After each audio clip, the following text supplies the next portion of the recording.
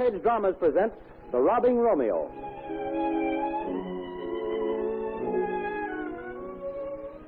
This week's front page drama, The Robbing Romeo, is a dramatization of a true life story entitled Married Pretty Girls So He Could Rob Their Friends. This unusual story appears in next Sunday's issue of the American Weekly, the magazine with the greatest circulation in the world that comes to you each week with your Hearst Sunday newspaper. The gayest party that the good people of the Romanian village of Baia Mare had seen in many a day wound up with most of the guests in the police station.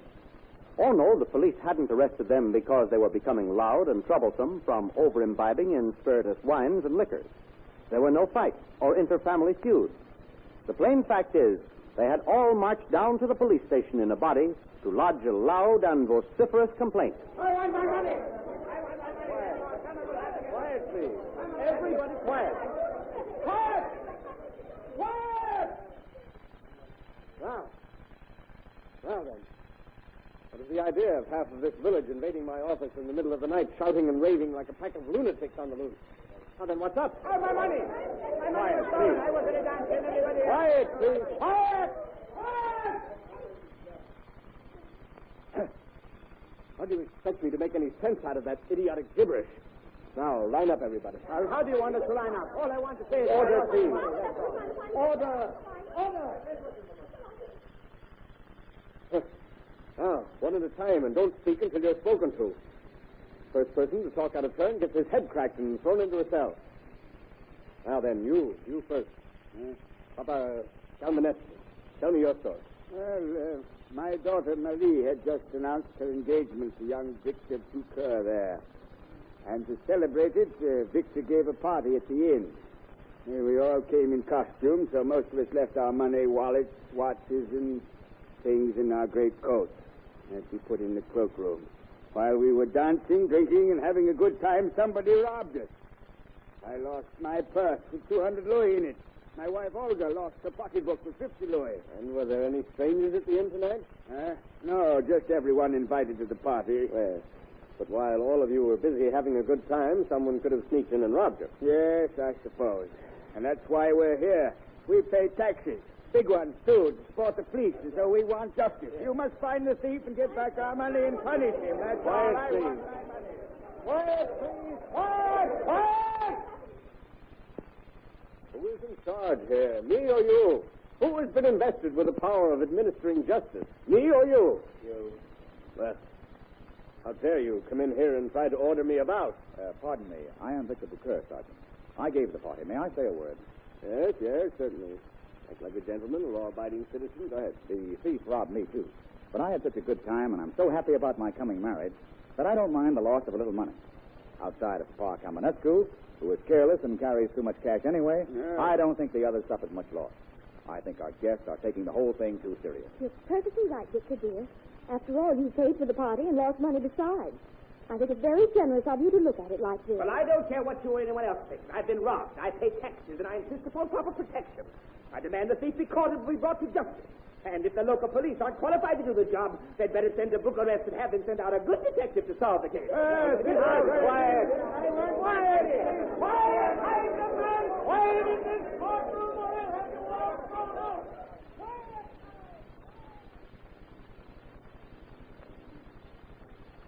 The police sent out an alarm to all the neighboring towns, asking authorities to pick up all strangers, especially if they seemed to be well supplied with money. But nothing happened. So the government in Bucharest sent out a crack detective to see if he could solve the robbery. The first visit he made was to the scene of the crime, the little village inn. Now tell me, who paid the bill for the party, Jacob? The groom-to-be, Victor Ducour, the young man who is going to marry Marie Calmanescu. I see.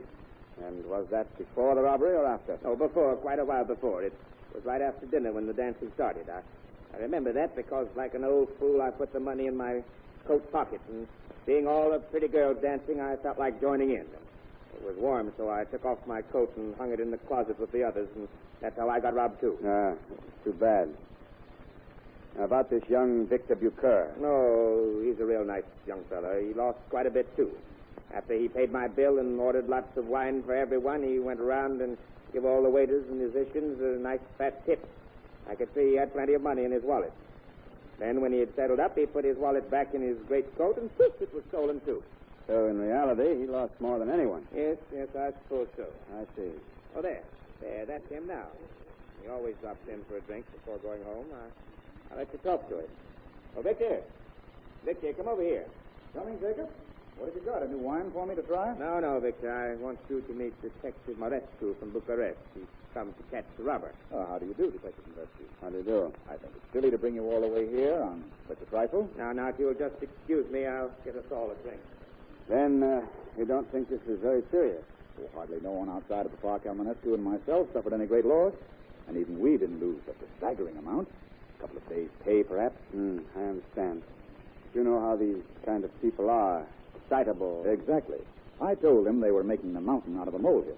I, for one, am perfectly willing to forget the whole thing. Very sensible attitude, Mr. Bucher. A lot of excitement over a petty crime that probably never will be solved. I'll just make the usual perfunctory report and let it go at that. But don't tell the others that. Trust me. What they don't know won't hurt them. They will have forgotten the whole thing themselves in a day or two. Here, Victor, I had something for you. Look, the pictures that Carol took just before your party. Aren't they good? Look at you and Marie. Pictures of your party, eh? Do you mind if I take a look also? Why not? Just help yourself. And that is just what the detective did. He helped himself to one of the pictures when Jacob and Victor weren't looking. Unknown to even the local authorities, he had some enlarged prints made and sent to newspapers in several widely separated sections of the country. He asked anyone knowing the principal male figure in the picture to communicate with him at once. A week later, two young ladies slipped quietly and unnoticed into the little village. Let me see. I have your letter here. Dear Miss Arminescu from Hausova in the Northwest. Yes, that's right. And you said in your letter you could positively identify the man in this picture as Victor Bucher. No, not as Victor Bucher. The man I knew is a living resemblance of this man and was named Miran Rokoviano. I see. Suppose you tell me your story. Well, about 18 months ago, I met a young man living in Hausova named Miran Rokoviano. Mm-hmm. Like this picture, he was quite handsome, well-mannered, and had a nice personality. We began to keep company and soon became engaged. He made a very favorable impression on my parents, relatives, and friends. They were all very fond of him. Yes, I know how it is. But tell me about the engagement. When our engagement was announced, he gave a big dinner in my honor and invited all my relatives and friends. All those present had their pockets picked. The police never found the thief. My fiancé disappeared the next day. But he's the image of the picture of this man. It's Victor Bucher. Thank you. I'll probably want you to positively identify him later on. And now, you are... Well, I suppose I should be addressed as Mrs. Victor Bucher. For unless I'm badly mistaken, I took one step further than his other victim, for I married him. He came to spend the summer in our town, which is Califat, near the mouth of the Danube. I see. And although you married him, I suppose the technique of the robbery was the same. Yes, except that it was after the wedding celebration that all my friends and guests were robbed. Uh-huh. We lived in a rather large house, and a number of my friends and relatives were house guests. Several of them had very valuable jewelry. He must have drugged some of the wine, because everyone slept so soundly that the robbery wasn't discovered until the following morning when I found my bridegroom had disappeared. Then in addition to robbery, he's added bigamy to his crime. I'm going to ask both you ladies to come with me downstairs to the inn. You will take a table in a secluded corner where this Victor Bucher won't be able to see us when he comes in. But I want you both to observe him carefully. Listen to his voice and make sure he's the same man. Then I'll call him over and surprise him. If you're both ready, we'll go downstairs. No, don't get impatient, ladies. It's a little past the time he makes his usual appearance. But I'm sure he'll be along any minute now. Good evening, Jacob. Good evening, Victor. Can I have my usual drink over here by the window? Certainly, Victor. I have it already here. Quiet now. Victor, when is the marriage going to take place? Could be pretty soon now, eh? I hope when you do get married, I won't lose a good customer. Not on your life, Jacob.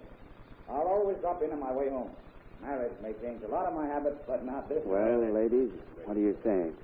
Is that our man? Absolutely. I'd know him anywhere. That breezy manner and that voice. I couldn't mistake him. Yes, that's the wretch I married. There isn't the slightest doubt. Oh, good.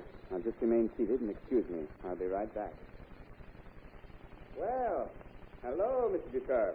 I thought I recognized your voice. I was passing through, so I thought I'd drop in and say hello. You remember me. Oh, yes, the gentleman from Bucharest. Why, certainly.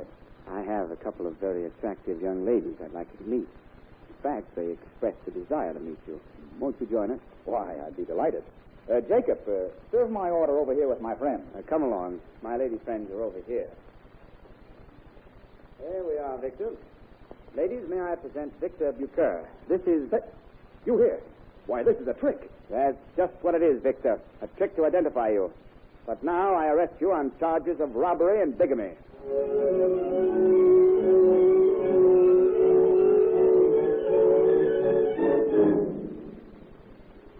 Bucher tried to squirm out of the corner he was in, but he was trapped and finally blurted out the whole story.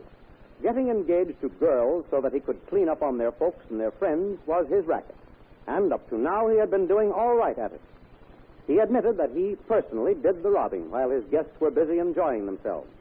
He went through the pockets of their clothes and even became adept at lifting wallets and small change from jackets hung on the backs of chairs and on pegs on the wall.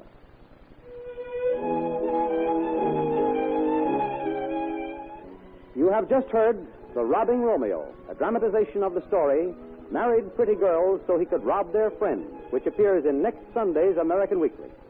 See this and all the other splendid stories, articles, and feature fiction to be found in each issue of the American Weekly, the magazine with the greatest circulation in the world, which comes to you each week as part of your Hearst Sunday newspaper.